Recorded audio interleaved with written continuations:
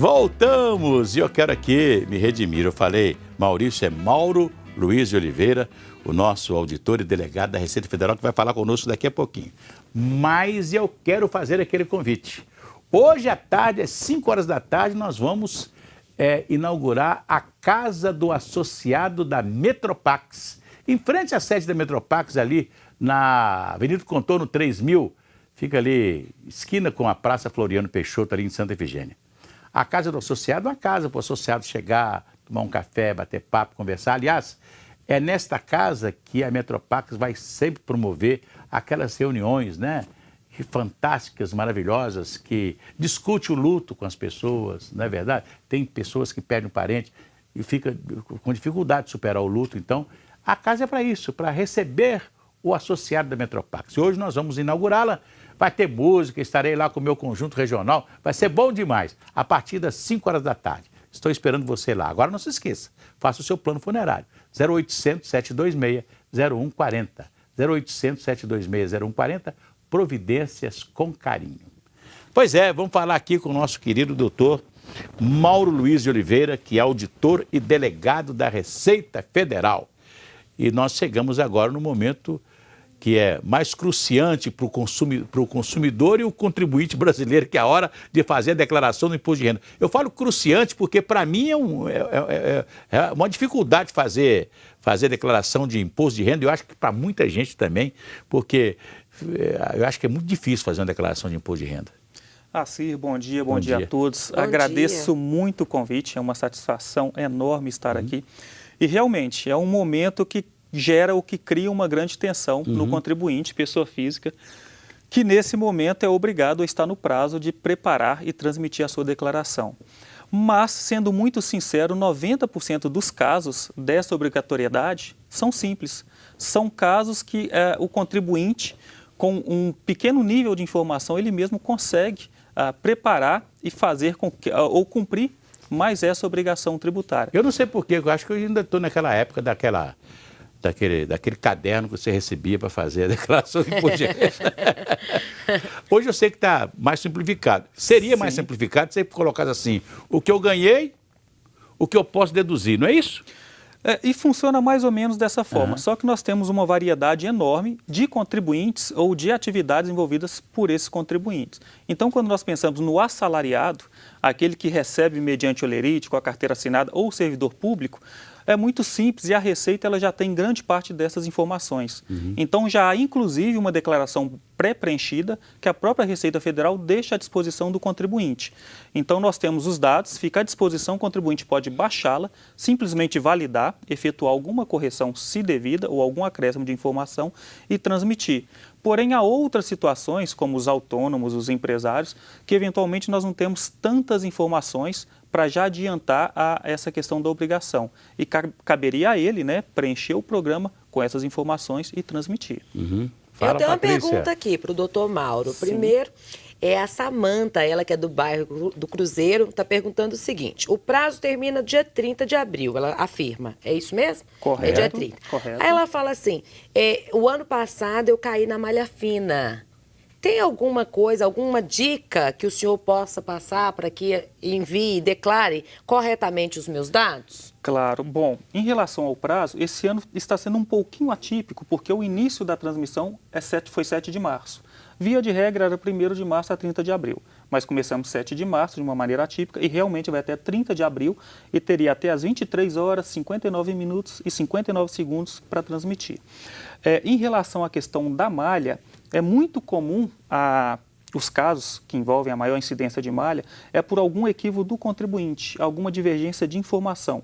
Por exemplo, um dependente que consta em 2 declarações. Ele constou enquanto filho na declaração da mãe e também na declaração do pai. Isso não é viável, não é possível. Ele tem que apenas e tão somente ser possível ser informado na declaração de um dos genitores. Eventualmente, quem tem ou presta serviço para mais de uma fonte pagadora, ele teria que declarar as 2 fontes pagadoras e eventualmente esquece de uma delas. Ou já é aposentado e continua trabalhando, ele esquece de declarar os proventos da aposentadoria.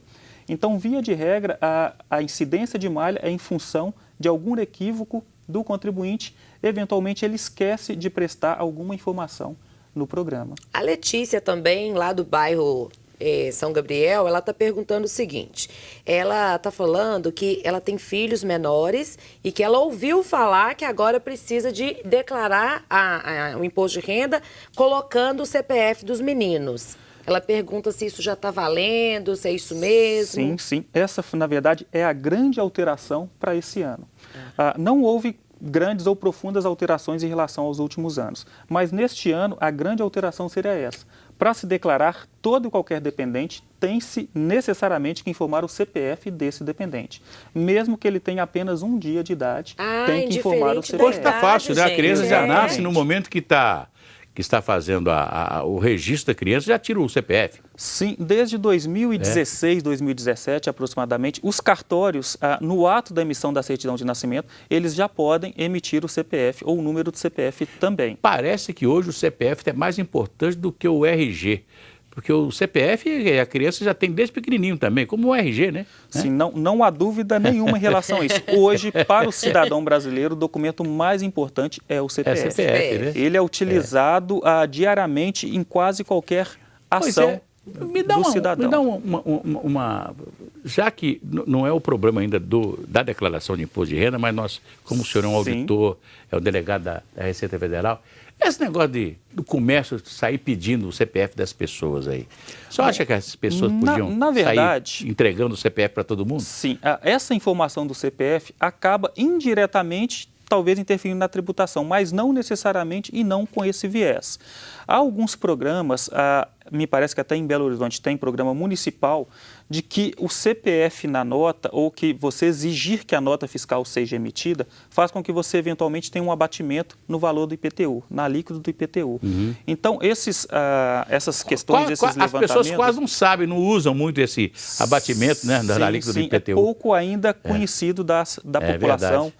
Parece que até a prefeitura mesmo não tem muita vontade de informar isso não, porque senão vai ter abatimento no IPTU. Sim, eu sinceramente não conheço os critérios em relação a isso, por se tratar do IPTU, é um imposto municipal, ele não se vincula ou não é administrado pela Receita Federal, mas a questão do CPF na nota, ele via de regra está associado a um benefício para o próprio cidadão. E a gente pode ainda fazer uma associação que nós conseguimos eventualmente evitar a sonegação. Quer dizer, quando se pede, então é um esclarecimento ótimo que o senhor está dando aqui, porque quando se pede, você vai no supermercado, o CPF, tudo bem. Aí, quer dizer, quando você recebe o ticket da compra, você tem que ter o CPF seu ali. Não é não? Sim, ajuda o contribuinte para esses programas de benefício, pode ser até da própria rede. Então, o contribuinte tem que exigir também, escuta que meu CPF, eu dei o CPF, ele não está aqui. Não? Sim, sim. Seria isso ótimo, com certeza então? Pode virar até um diferencial desse prestador de serviço, o CPF constar ou não na nota fiscal. E da nossa parte, quando nós exigimos a nota fiscal, nós também cumprimos com o nosso dever de cidadão, fomentando principalmente a igualdade de condições de concorrência, porque se for em um comércio que emite a nota fiscal, em outro que não emite, a gente está privilegiando eventualmente uma concorrência desleal. Um cumpre ou arca com sua carga tributária, emitida a nota fiscal, e o outro eventualmente, talvez não esteja. O senhor acha que já no currículo escolar deveria ter alguma coisa que constasse sobre declaração de renda, sobre CPF, a importância dele? Porque, na verdade, é o seguinte, a cultura do brasileiro é não querer a nota fiscal. Não tenho dúvida Não é uma cultura nenhuma, brasileira? Sem dúvida. A gente fica com vergonha quando pede, né? Tem gente que tem vergonha. Exatamente, é interessante que os valores são invertidos. É verdade. O que seria uma obrigação, o cidadão fica constrangido de exigir. Então, se o próprio proprietário, o próprio fornecedor, ele não te oferece, via de regra, enquanto cidadão, fica com vergonha de exigir. Eu estava na Alemanha e um rapaz vendendo fruta, um carrinho de fruta na rua. Fui comprar umas tâmaras, né? Sim. E o cidadão lá, o dono do carrinho de fruta, né? Tirou um ticket com imposto pago, com tudo da tâmara que eu estava comprando. Você vê, um simples vendedor de rua. Ele estava com ticket, quer dizer, ele estava... tudo correto, tudo correto ali com a receita do país dele. Olha, tem participação, tá chovendo aqui de WhatsApp, viu? O Rodrigo, ele que é do bairro Dom Cabral, obrigada pela sua audiência. Ele pergunta pro doutor Mauro, quem perder o prazo, qual que é o valor da multa? Bom, essa informação é importantíssima. Até retornando à questão do prazo, o prazo se encerra no dia 30 de abril. Mas, eventualmente, pode haver um contribuinte que deixou para declarar na última hora e naquele Muita gente momento, deixa, né, doutor? infelizmente, ainda é questão de cultura, e naquele momento ele não conseguiu pegar todos os documentos que ele deveria ter para fazer essa declaração completa. Aconselhamos, sugerimos que ele transmita dentro do prazo e, eventualmente, retifique no dia seguinte, ele pode. justamente para não incorrer em malha, não incorrer na incidência em multa. Mas a multa, especificamente, ela tem um valor mínimo de R$ 165. E esse seria o valor mínimo, R$ 165, mas ela também tem como limite 20% do valor devido, sendo que é 1% a cada mês ou fração de atraso. E também não adianta, não vai pensar que pagou a multa, está livre Não, a multa... do problema que houve. Sim, a multa seria pelo descumprimento da obrigação acessória transmitir ou prestar a informação. Mas ainda assim, né, seria avaliado a questão do imposto devido ou não em função dos fatos geradores. A Flávia lá do Gutierrez, ela tá adorando sua entrevista, tá te mandando um abraço. Obrigado. E ela falou o seguinte, que ela acha um absurdo ter que declarar que o dinheiro é dela, a renda é dela. Tá dado seu recado, Flávia. Tá meio revoltada aí, viu? Em compensação, o Marcos Alexandre não falou o bairro, mas ele tá falando o seguinte, é preciso ter muita organização durante todo o ano, porque ele sempre declara logo no início do prazo e é o primeiro a receber lá no lote, porque tem o calendário também dos lotes, não é isso? Sim, sim. Começa o pagamento quando, começou, doutor? quem declarou primeiro, entra no primeiro lote, né? Bom, normalmente são 7 lotes. Começa em julho e vai até o dezembro. Mas, normalmente o que acontece é privilegiado ou tem prioridade no primeiro lote os idosos e as pessoas com deficiência. E também aqueles que transmitiram nos primeiros dias. Então, a sequência seria essa. Prioridade legal, idosos, pessoas com deficiência ou portadores de algumas doenças e as pessoas que transmitiram por ordem cronológica. Dr. Mauro Luiz de Oliveira, auditor e delegado da Receita Federal. Pois é, o nosso tempo já se esgotou. Está chovendo aqui de perguntas para ele, Nosso tempo já se esgotou, mas é bom lembrar que sempre é bom trazer aqui um pessoal da Receita Federal, da importância que o brasileiro tem, né, de ser um cidadão prestante, de ter o seu CPF, de prestar, né, todo ano, né, ter a obrigação de fazer a declaração de renda, isso é muito importante. Mesmo aquele que às vezes não precisa fazer a declaração de renda, mas tem gente que faz porque é uma maneira de se prestar ao país e às coisas do nosso país. Muito obrigado pela sua presença. Nós que agradecemos, muito obrigado e aguardamos um próximo convite. É isso aí. Gente, amanhã tem mais aqui na TV Horizonte. Um abraço, bom dia e até lá. Gratidão e alegria. Até amanhã.